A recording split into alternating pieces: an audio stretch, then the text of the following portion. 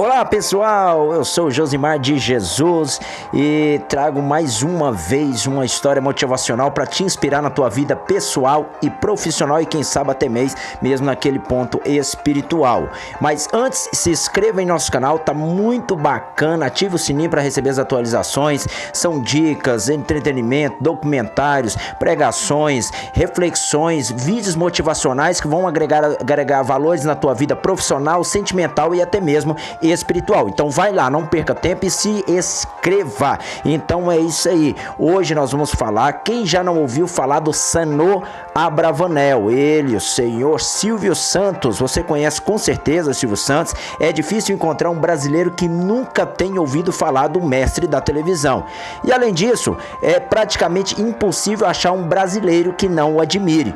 Um dos rostos mais conhecidos do país, o carismático apresentador é tão popular que já esteve prestes a se candidatar a presidente da República. Você sabia disso? A simpatia, no entanto, está longe de ser o único talento de um dos homens mais ricos do Brasil.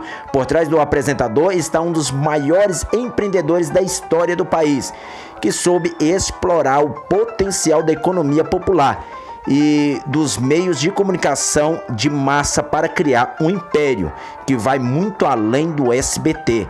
Quer saber como ele conseguiu passar de camelô a bilionário em pouquíssimo tempo e construir um dos maiores impérios nacionais?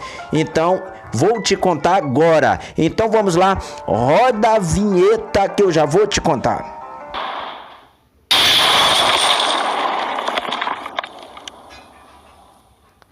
Oi, Silvio, oi, chega pra cá, oi. Não, ficou péssima essa imitação do Silvio, ninguém merece. Então vamos lá, eu vou contar pra você a história de Silvio Santos. Silvio Santos é o filho de 2 imigrantes judeus, você sabia disso? O seu pai, Alberto, era de uma região que hoje pertence à Grécia, enquanto sua mãe, Rebeca, era de uma cidade que hoje atualmente pertence ao governo da Turquia. Senhor Abravanel, nome de batismo de Silvio Santos, nasceu em 12 de dezembro de 1930, no bairro da Lapa, no Rio de Janeiro.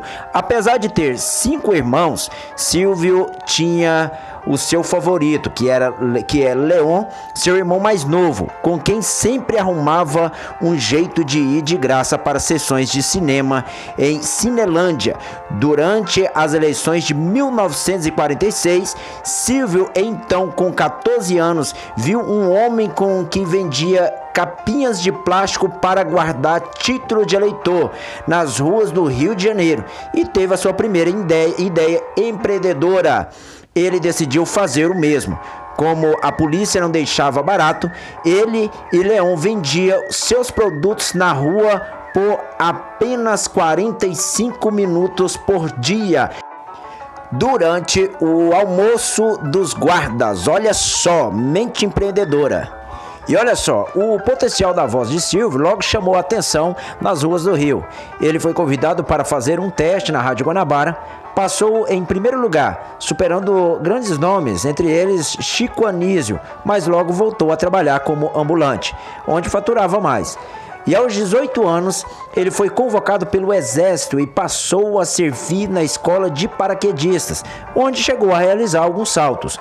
Como a carreira de camelô era incompatível com a da vida militar, ele voltou a trabalhar como locutor em uma rádio de Niterói. Nos seus dias de folga, ele fazia então essas apresentações para ter uma renda extra. Olha, aos 20 anos, o jovem radialista decidiu tentar a vida em São Paulo, onde apresentava espetáculos e sorteios em caravanas de artista. Nesta época, acabou se formando como técnico em contabilidade, mas decidiu seguir na carreira artística, conseguindo uma nova vaga como locutor na rádio de São Paulo, chamado Rádio Nacional. Para incrementar a renda, ele criou uma revista chamada Brincadeiras para Você, que trazia palavras cruzadas, passatempo e charadas, e era vendida por ele próprio nos comércios da cidade. Aí agora vai entrar a era do baú de oportunidades. O talento para os negócios abriu as portas para o empreendedor que transformaria a vida de Silvio em bilionário. Olha, em 1958, seu amigo e também radialista Manuel da Nóbrega estava com dificuldades para administrar uma empresa em que vendia brinquedos a prazo, chamado Baú da Felicidade. Ele era um sistema de carnê que os clientes pagavam a prestação de uma caixa de brinquedos e ao longo do ano ele recebia o produto, geralmente recebia na época do Natal.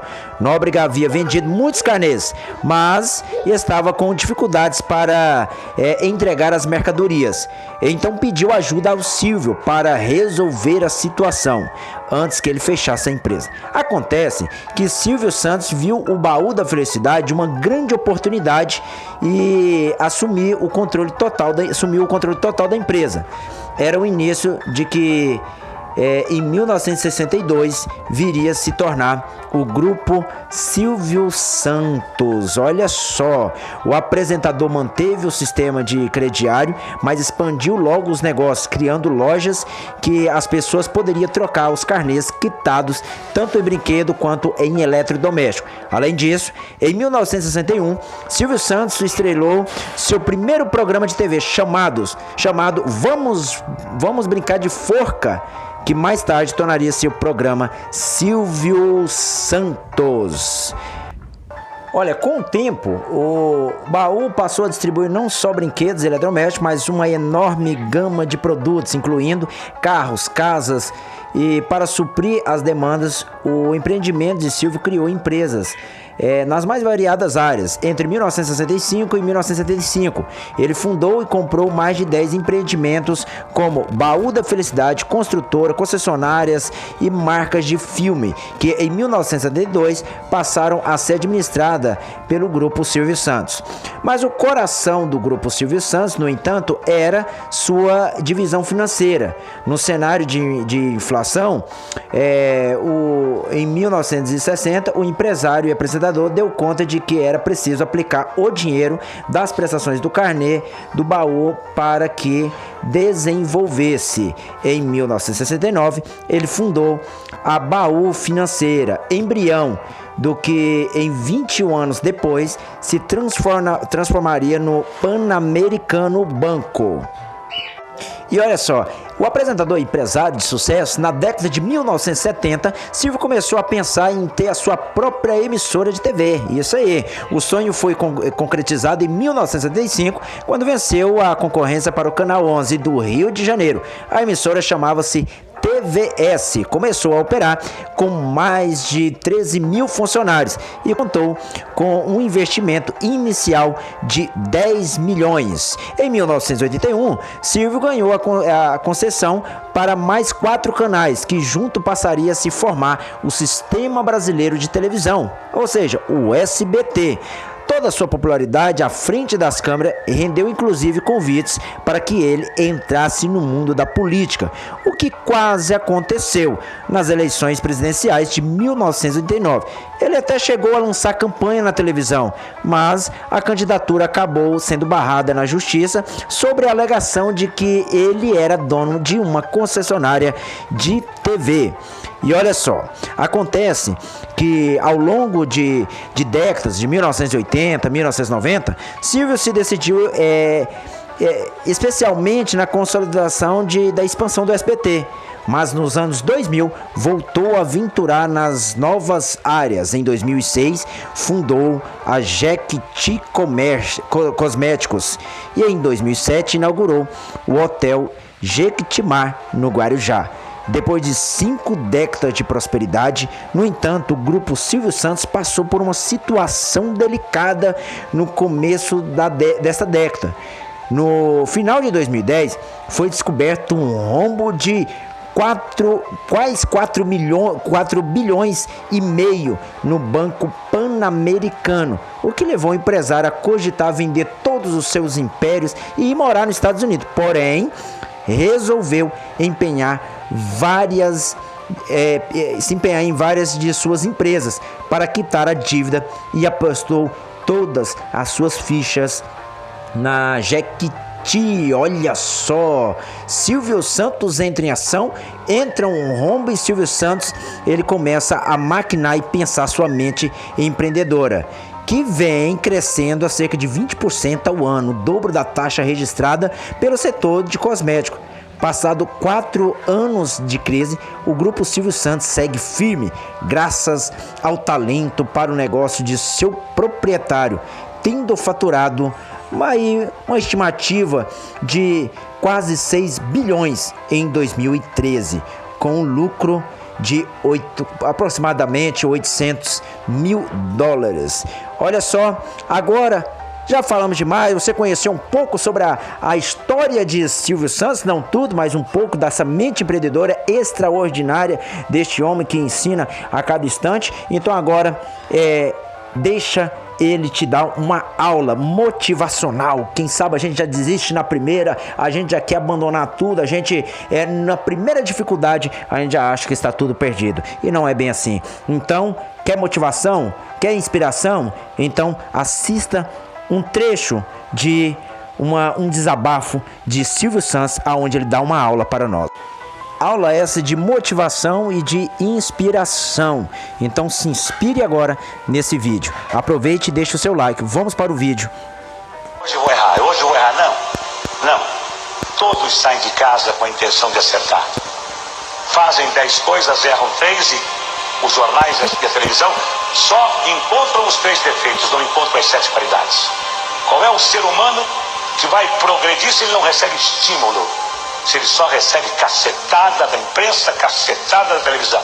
Me faz lembrar a piada do homem que morava numa vila de casas e que era engenheiro eletrônico, falava inglês, era arquiteto, falava francês, falava alemão, era músico, tocava um instrumento. Ninguém conhecia ele. Conhece o músico? Não. Conhece o inglês? O que fala inglês? Conhece o... Não. Conhece o careca? O careca! Sim, o careca é da casa 23. Quer dizer, outras qualidades do careca, ninguém sabe quem é. Eu não nasci dono de televisão. Eu fui dono de televisão porque os donos de televisão fecharam as portas para mim. E eu então, quando se fecha uma porta, Deus abre uma janela. Fui obrigado a ser dono de televisão, a comprar 50% de ações. Quem tem razão, forte ou fraco, vence sempre. O bem sempre vence o mal.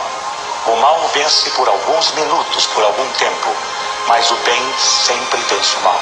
Como é que a gente ganha tanto dinheiro, Silvio Santos? Trabalhando e fazendo o seguinte, acreditando naquela frase que algum filósofo disse uma vez num livro: ganha dinheiro com 10% de inspiração e 90% de transpiração.